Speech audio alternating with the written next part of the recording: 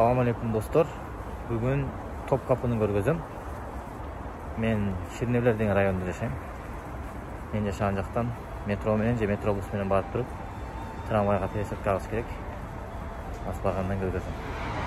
Menin rayonum ушул жер. Metro бар. Bu jaktan bolso metrobus ötөт. Негизи жакшы район. Барлык жакка барганга ыңгайлуу. Topkapı'ga giriş iki jaktan var. Bu Ayasofya'nın артынан da girse olur. Andan keyin bu Gülhane Parkı'nın girişinden daha girse olur. Arkeolojik müze Topkapı'ga.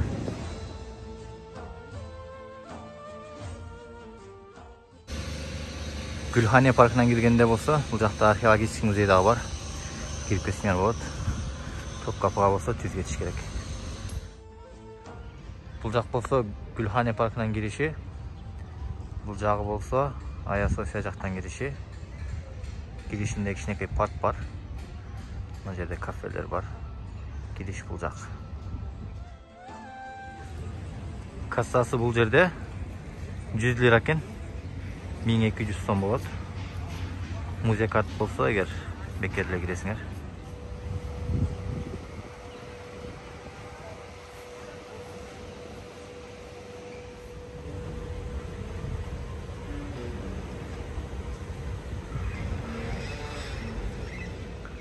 Бұл girişten жалғыз падыша гана ат менен кирет келе. Калган падышанын жардамчылары аттан түшүп, атын жетелеп киришет келе ичине. Аттан түшкөндө же атка чыкканда ыңгай болуш үчүн ушул ташты колдонушат келе.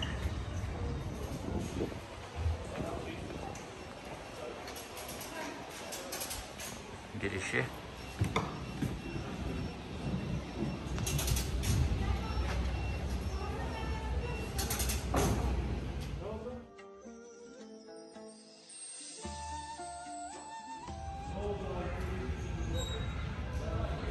Bu yerde girişinde iki maket var iken, bu jakta park koşulup tartılgan maket, bu jakta olsa жалгыз Topkapı'nın maketi. Eğer de til bilbeseңер, bu yerde atayın audio naушниктер var. Şunu menen koldansaңар болот алып.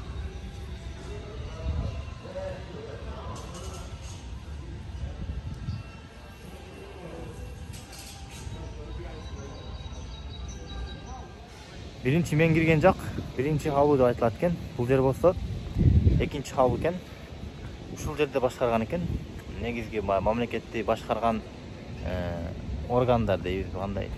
Ушул жерде кеңешип, согушка кеткенде дагы же башка маанилүү чечимдер ушул жерде кабыл алынган экен. Коросу бул жер. Оң жак сол жагында азыр харемдер башка padişanın jeke bölümleri var.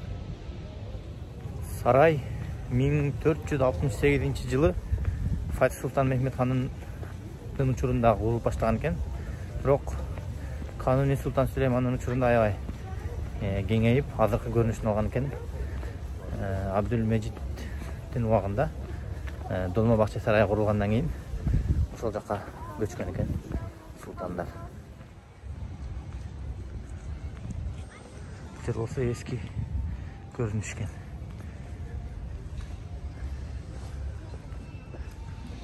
Bulacak olsa kuhnyası. Bu ortadoğu olsa 3. avluğa giriş. Yani bulacak olsa divan dep koyat. Jogorku kengeş azırkı tili menен ayтканда. Bulacak kuhnyası. Бирок içinde süret tarafına болбойт, видеого да болбойт, тыйып салышат. Аракет көрөбүз эми. Приборлор экен колдонулган.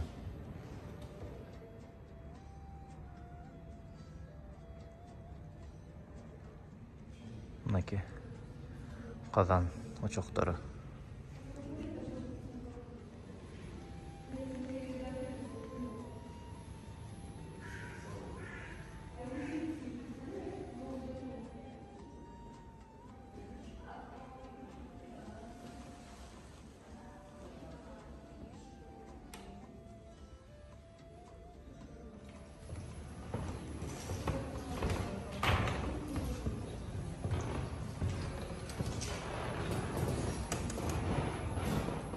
Бұл жерде болса бычақ, дастархон, табақтар екен.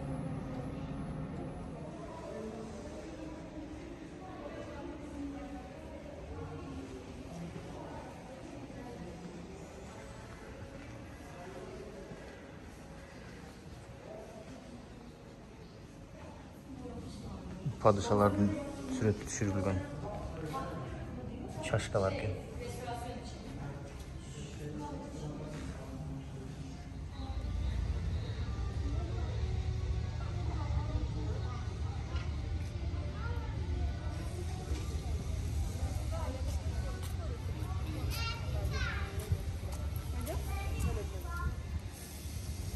Бұл жағы болса мынакей диван.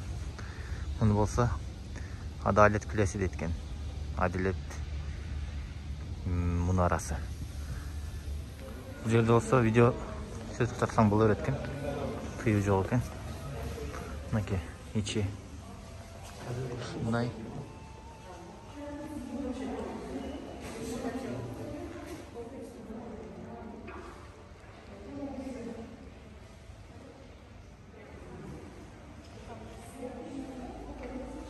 Naki. Çok kenişli tribunası kendi olacak.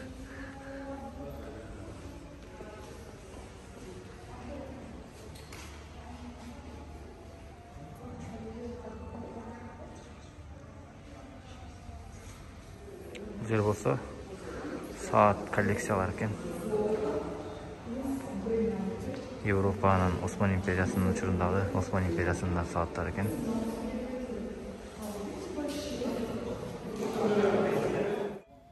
Бұл бөлімде болса, ушундай Осман империясы учурундағы курал-жарактардын коллекциясы коюлган. Падышалардын же болбосо кээ бир сахабалардын да колдонгон кылычтар бар экен. Падышалардын согуш учурунда кийген жанагындай кийимдери. Бирок бул жерде дагы видеого сүрөткө тартканга болбойт. Охраналар карап турушат. Мен бул видеону интернеттен, YouTube'дан таап кошуп койдум өзүм кесип бирок негизи бунун ичинде сүрөт тартканга болбойт.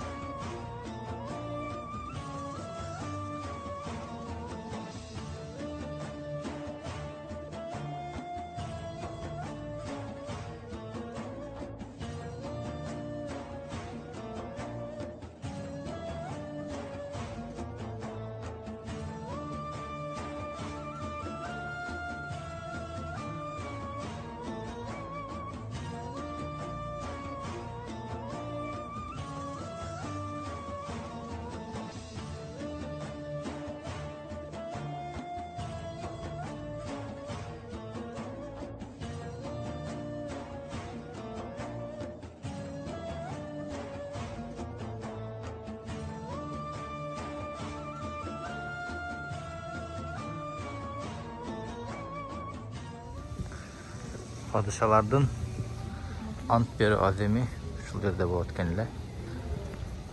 Мынакей могу жер Санжак не дейт? Санжак шериф дейт. Байрак тура турган жер экен эле. Бул жак болсо 3-авлуга кириш. 3-авлунун кириши.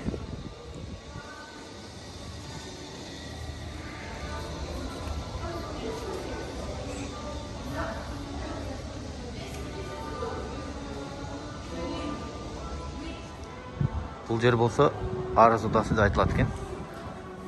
Падыша элчилерди ушул жерде кабыл алып келе эле, жана диванда кабыл алынган мыйзамдар падышага ушул жерге алып келип, ушул жерде падыша чечим чыгарат экен эле. Алтын окшойт.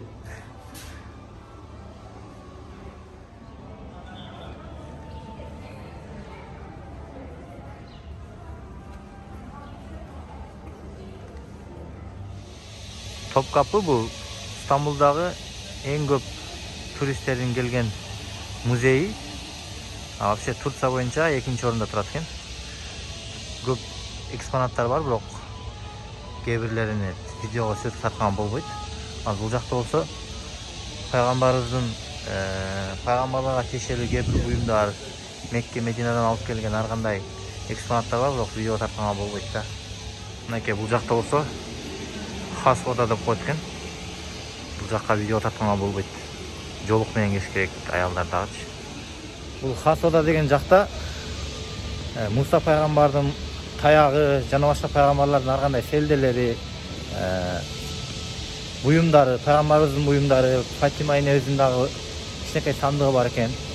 Сахабалардын кылычтары. Ушундай ыйык экспонаттар видеого тартканга болбойт экен. Андан башка Кабанын эшиктери бар экен.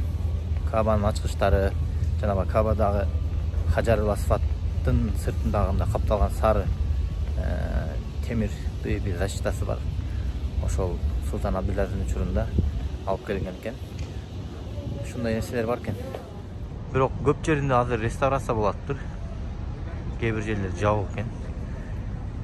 Эки жеринде эки балкону бар, панорамный местасы. Бир жагынан Халичти көрсөңөр болот. Бир жагынан Босфорду көрсөңөр болот. Бул жагы азыр Халич.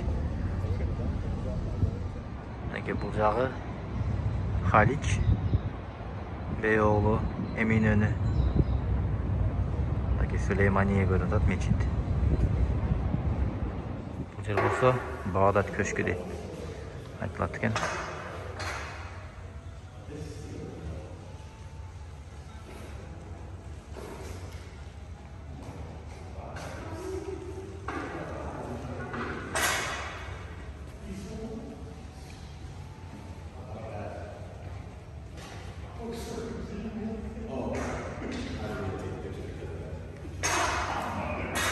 Бул жерде болсо Софа көшкү дейт экен. Башында бул сарайды султандар расмий жолугушууларды өткөрүү же болбосо чет элдик келген конокторду кабыл алуу үчүн колдонгон экен. Бирок гарем деп коет, ошол султандын аялдары, султандын кыздары сарайга аралашкан эмес, башка жерде жашашкан. Бирок кийин 16-кылымда Султан Сүлеймандын учурунда анын аялы Хюрем султандан суранып, гарем Топкапыга кошулган экен, дагы аралаша баштаган аялдар.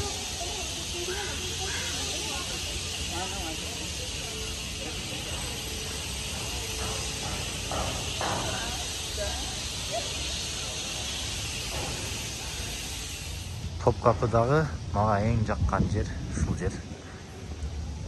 Сонун. Бирок реставрацияга жабып коюптур. Бул жак болсо Босфор, Стамбулдун Азия тарабы. Ылдыйда кафе бар, ошол жерден келип чай ичип, же кофе ичип, эс алып кетсеңер болот. Кыскача ушундай Топкапы жөнүндө кийинки видеодо көрүшкөнчө.